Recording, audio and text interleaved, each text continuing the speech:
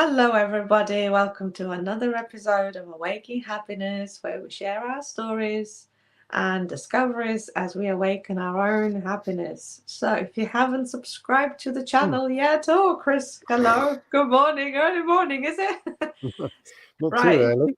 If you haven't subscribed yet, please do so. We're having so much fun doing these videos. You'll see us yawning and scratching and, everything. As we share our thoughts and discoveries. Yeah, I said this already. So today we were really debating on what we're going to talk about today. And then I said to Chris, do you know what? I read this story this morning and it was on Facebook.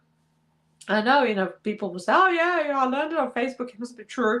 But this one was actually, I think it's quite true because it came from a museum. So in Maine, there is a town called, I can't remember the name of that, but there was a lady in that town and her name was Annie Wilkins. That's what's important. Doesn't matter the name of the town. So this lady, she was 63 in 1954, and she didn't have any family. She lost her farm, and she was given 2 years to live by her doctor. And he said, you need to just go into the charity home over there and spend the rest of your time in this life, feeling sorry for yourself, basically. But she said, no, I'm not doing that. And she decided she decided to become more curious. And that's the topic that we're talking about today. She decided to be curious. And her mum always wanted to go and see the Pacific Ocean. And Annie, being now 63, obviously she had long time lost her mum. But she said, that's it, I'm doing this. I'm going to go to California and I'm going to see the Pacific Ocean. And I'm going to do this on a horse. Because she didn't have anything else. She had a little money left. She bought this horse and she got her dog with her, and there they went. And So they how traveled. far is it from Maine, which is in New England, Boston area, to which is on the Atlantic coast, by the way? So that's How, on this side of the country, of the yeah. states, of the So continent. how She far is went that? all the way to the other side, and they said 4,000? 4,000 miles. So Okay. I haven't checked this, but it's quite a distance. It's like you can imagine the length of the continent.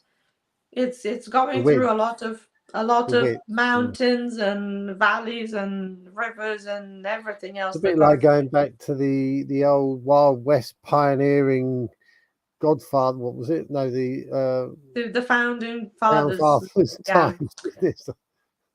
But interestingly, in those days, 1950, 54, she started in just before Christmas in November, mid-November. She was thinking of beating the snow, and she will go there quickly because she didn't have any ideas. She didn't even have a map, and she didn't really know where the way is and how. And she was just relying on the generosity and the friendliness of the American population.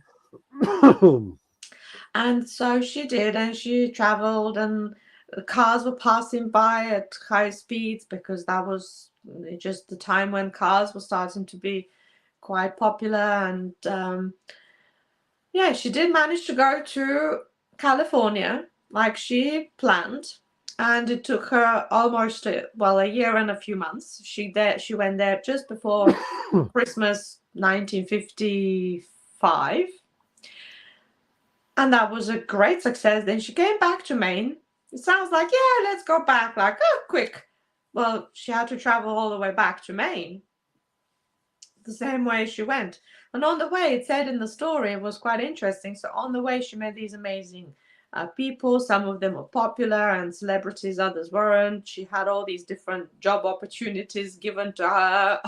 Well, you can have a job at this petrol station. You can have why don't you marry me? She even had a marriage proposals from some ranchers, and like she experienced a whole lot. And then she came back home in Maine and moved in with a longtime friend, where she lived for another 24 years after the 2 years that the doctor had given her. So she actually died at the age of 88. Not 65. No. Mm. So what was the difference? The doctor was saying you need to go and live in this charity place and be sorry for yourself and just forget about anything. You're lost cause. Or become curious, get some idea, some what do I want to say? Some goal, some inspiring goal to achieve something special, because there is some attraction in that. Makes you full of wonder, and go for it. And that's the difference between living longer and not living longer. Well, somebody will say, "Oh, I don't want to live longer. I'm all right how I am." That's okay. Everybody has a choice. But yeah, so this was an inspiring story, I thought, and I shared it with Chris as we were preparing for this. So let's do one on curiosity, and how curiosity, the curious you are, the more full, the fuller life one lives, depending on the level of their curiosity. Yeah. I So I mean, said, well, Chris, I can really see you doing that. Go on top of a horse. well, firstly, I'm not, I go to California. Well, not maybe so not keen California. Go on to horse. Scotland. I'm not so keen on horses, and I don't have a burning desire to see the Pacific potentially, possibly. So, and it's not 1954, is it? It's like 2023. It's more So, like she had a goal which was absolutely beyond her. She had no idea where California was. She only knew her local rural area. So for her, it was this absolutely like a goal, but without any clarity about it. Only knowing well, the that's next the thing. step. Well, that's the thing, isn't it? It's about having. It's not a question of knowing every step of the way. And in fact, if you look at your life in general, you don't have a clue what's going to happen. You know, like we talked about that, I think yesterday, didn't we? About, you know, like how things happen, and you really don't have any clue how they're going to pan out. But what you can do is close yourself up in a box and just operate within the box, or you can say, no, I don't have a box, no box anywhere, and I'll just do what that on that moment seems like the thing I want to do. You know, like, and I would be more keen to to to get out of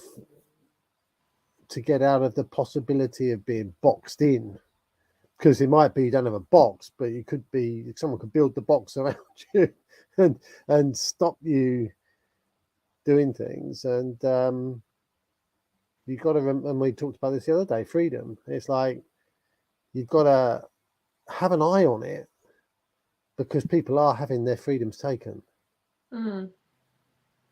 And if the freedom for you means traveling and doing things and expanding your horizons and exploring new things and changing, constantly evolving, then you've got to keep an eye on that,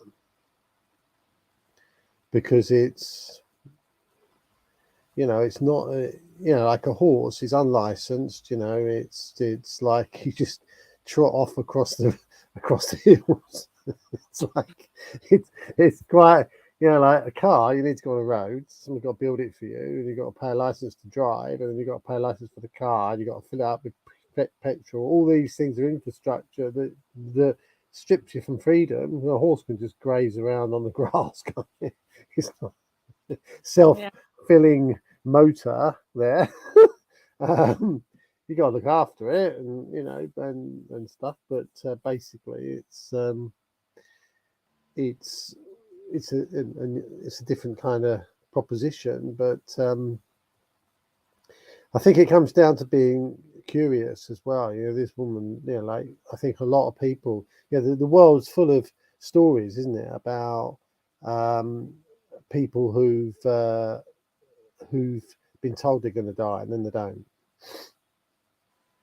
And if it's fleshy problems, not structural, then we've all got, like it could be very, very simple. It could be like you got a personal trainer and your limit of doing squats is 20, and then the trainer says, okay, 18, 19, 15, 16, 17, 18, 16, 17, like, and you keep going beyond your expectation, right? And it's the same thing. That's why people have personal trainers, is because they expand your horizons, and then suddenly 28 becomes easy, 30 becomes easy, and then you keep going. And you're distracting yourself because there's other things that need your attention, not being sick. That's the thing, isn't it? It's being sick. It becomes sick because of the state of how you are you've been operating in a certain way for long enough, so that this thing is developed into the body. But when you change how you operate, and the body will change eventually. So that's what she did. She lost her farm. Maybe I don't know the previous story, well, how it came to be that she lost her farm, this Annie Wilkins lady. But the fact is that she had a farm. She had probably some debt incurred. Maybe there wasn't a particularly good harvest time, or maybe a sequence of them. I have no idea. So, and she ended up losing the farm. So she all of a sudden found herself very free. She had no farm to be looking after. She only had herself and her dog and her horse. Yeah, well, it's like the saying, isn't it? Less is more. Like, let's say you're her, you have a farm, and the farm's struggling, and you're struggling to work out how you're going to plant stuff, or how you're going to do stuff, and how you're going to make it, and how you're going to keep the farm and everything else. And it's like a real struggle, and you have 3, 4, 5, 6, 10 years of struggle and trying to keep this thing afloat. It's and then stressful. It's stressful, and then you lose it, and then you got like, well, I don't have that worry anymore. It's like, okay, I've lost it, but at the same time, I've lost all that worry. It's gone with it. Yeah, but that sometimes it's hard for people. Like for me, I imagine myself into this position. I'll be completely shattered because I'll be blaming myself for not being clever enough, because that's my thing. Like, you need to be clever enough to be able to avoid this. And how could you let this happen to you? What's wrong with you? Like this type of mindset would be talking to me. And maybe that's why this story speaks to me so loudly, like ringing in my head, that there is nothing to be punishing yourself for. It is what it is. You just go and live your life and be curious. And I have like, curious is really like, it applies in all sorts of different ways. If you go networking and you're talking to someone, every single person has value, right? Remember that. Everybody has value. Everybody's important. Our job, we'll put the video up there. Yeah, our job is to be curious, because it's our job to find out what that is. And if we don't do the curious bit, we'll never find out, and then it's a wasted opportunity for both parties. Like, what's the point in going networking if you're not looking for opportunities? It's not opportunities to sell another widget. It's an opportunity to explore other individuals and understand how you can either help them, or maybe what they've got skills wise that you can help them with. Like, like there's not one, every single person has value.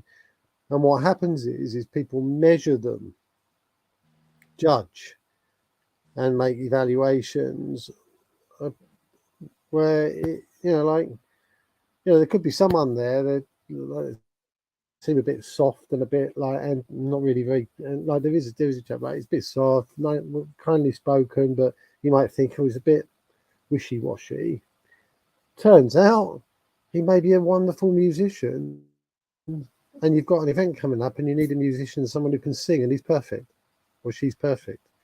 It's like if you'd have judged them on their ability to buy a website off you, right, you'd have got it 100% wrong. And you just don't know until you start asking questions, curious, not like Spanish Inquisition. What's that? Jumping down people's throat in a kind of interrogative style. I mean, just having a conversation, for heaven's sake. You know, it's I remember once you said this to me. I'm asking these questions to a friend because he was very much into some music software and creating music with his computer. And I was finding it quite fascinating. So I'm asking these questions. So what software do you use? And how do you do that? How do you combine this? And do you sing? Do you? And you start to laugh. What is this? Some kind of a police interrogation? I was really shocked. So, no, I'm just curious. yeah, but like curiosity, you know, like she was curious. What's the Pacific Ocean like? It doesn't matter it's a small one or a big one, but like you know, like her life changes. You know, the reason why she lived probably another 25 years is because everything changed. Yeah. Everything changed, and suddenly she hadn't got stressed. She was learning new things every day. She had no idea where she's going. So it's a completely different set of challenges, but the body was experiencing a completely different level of inputs. Consequently, it was all probably thought to itself, "Oh, what's going on here? You know, I'm getting out of here. This is no fun. I haven't got an acidic environment anymore. The mind's all wrong. It's like this is not helpful. I'm off." So yeah, I mean, it's you know, it's a good lesson. You know, like I mean, you know, like I don't have anything to escape from, but you know, when you've got the flexibility these days of being able to do a variety of different things in different places and not being compromised by your choices, it's like why am I still doing what I'm doing? Well, you know, like if you get out of your own old like programming of like parents where they stayed in one place and they just went to work and they did this and they did that and it was all like laid out before them because that's the way it was. And then we came along and you know, well, I mean, certainly I didn't follow in that vein. In the end of the day,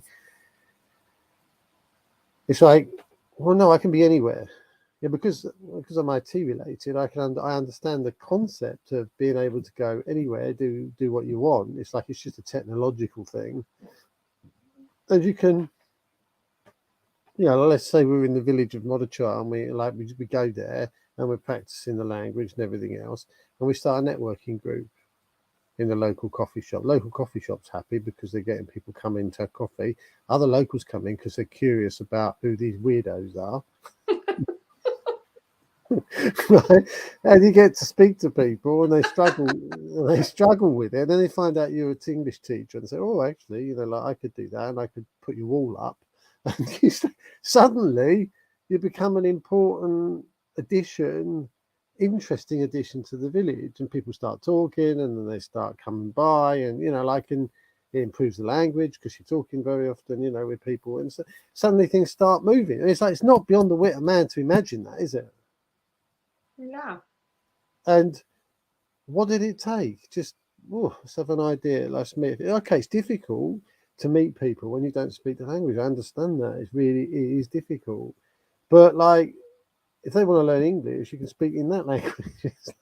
Speak in English. Yeah, it's like, and suddenly things start to develop, and it's like it's fun, it's interesting, it's different, it's not boring, and then you know, then you can do the same in Bulgarian, whatever, you know, like it's, you know, in fact, you speak the language, that's something I'd struggle Oh, with. movie for you. You know, but you know, like that's the same as going to the Pacific. Yeah, that is the equivalent. Yeah, you drop yourself in a situation you don't know anything about anything. And now it's a question of, well, let's get going then. Let's find out. And suddenly it becomes interesting. And what have you done? Well, nobody died. Nobody, okay, it's a bit of a challenge to see people that you love dearly and everything, but they can come out and have a bit of fun. It's like it's not. It just makes it a different level. Your mum and dad. I mean, in Bulgaria, a little tiny village, and you're in England.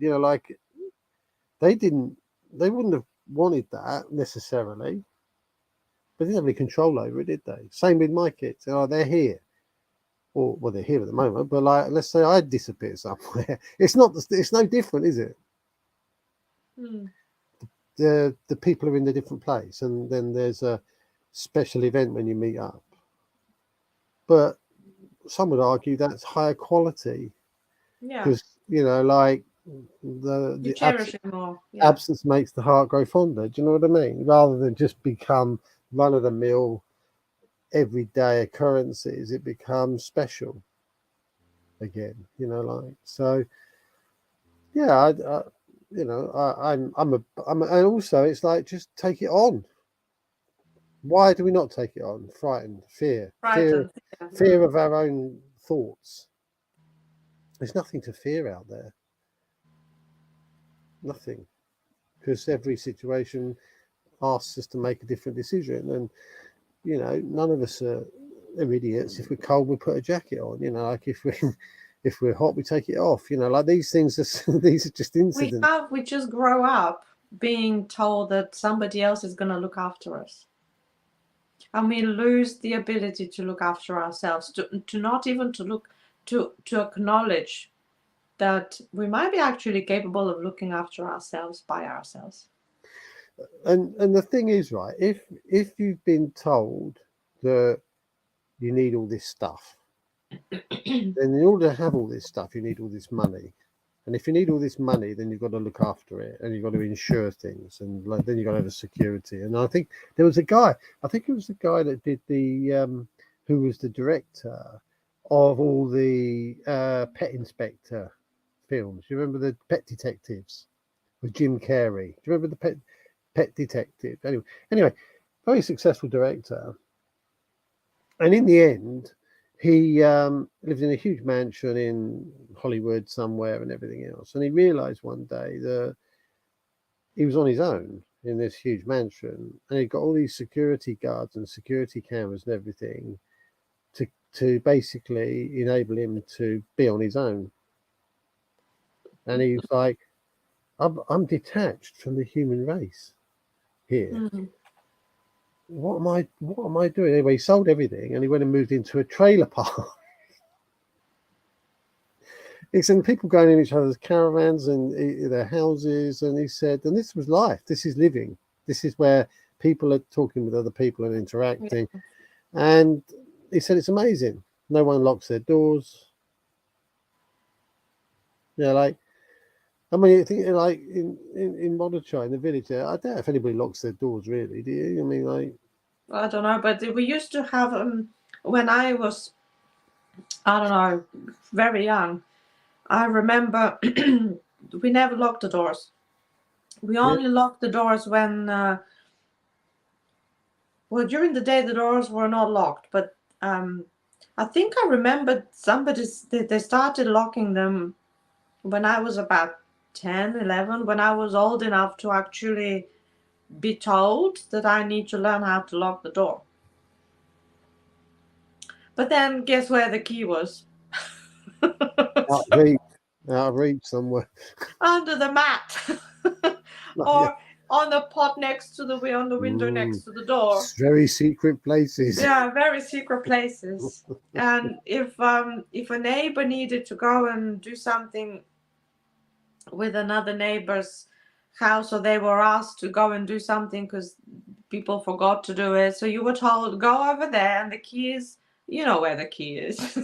Go and find the key and go in and do it. Under the flower pot or under the mat. Ooh.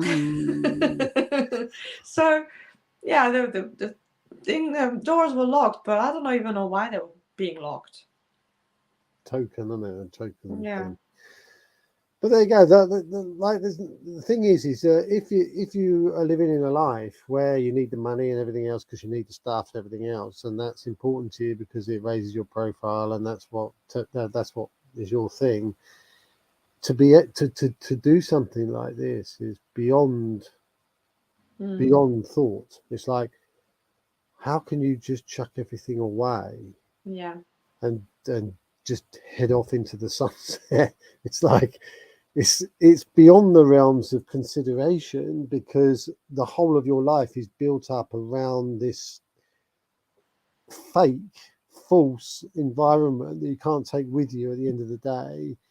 And your life is that you've created this life, this illusion, really. Whereas ultimately the reality is experiencing things like a very low level, like just as an entity, really, as a creature. Yeah. And yeah, I mean, that, I don't know, it's like the freedom that's associated with that is really what we've created. A box. This society has created this box with which we need to operate within in order to be accepted in the box. And it's like, I don't know, be curious about how you can get out of it, because I think these days that box has been constricted around us. And It's been closed. yeah. The image of a pet put in a box without holes comes to mind. And the box is sealed, and what happens to the pet? Not nice. Yeah, I mean, I don't know. It's like there's lots of talk out there. There's lots of things out there, and all you can do is try and keep away from it all, and and do things which are original and Boosts your curiosity. yeah. I mean, once I've done something for a while, I tend to think, well, let's change then. Doesn't mean that the other thing gets completely ditched, but it's like it doesn't become the primary focus of your thought, but it adds to it, like networking. Like it's really important that people talk to each other. So I can't ever let that go. I can't ever let that go, because that, like, if you don't communicate with other human beings, you I don't know what you're going to do. Well, that reminds me of the 5 most common regrets of the dying. There's a book on the topic, and the most common ones were all connected to human relationships. We were going to do that as a separate talk, weren't we? We were going to do that as a separate talk, weren't we? We're going to do as a separate talk. Yeah, but write it down. Write it down. I'll write it down. Okay, I'm going to stop talking about that. So, right. So, if you're liking our little interludes here, our thinking and our discussions and our ideas, and yeah, the whole lot. If you like it, please do subscribe and share if you think this is going to be useful to anybody. The story, the lady that I talked about, I'm going to copy and paste in the description of the channel. I hope they don't mind. It came from the museum some town in Maine, the United States. So I think it will raise their profile as well. So they wouldn't mind if I copied and pasted their story from Facebook onto here. So you can read that story. It's quite fascinating. And see you on another episode. Yeah, keep sharing, and we're approaching not 10,000 but 10. Well, I joined a challenge, a YouTube challenge, how to develop the YouTube channel to 1K subscribers or £1,000. I'm not sure about the pound, but 1,000 subscribers is quite a nice goal. Like, we're looking forward to increasing our live viewers to 1.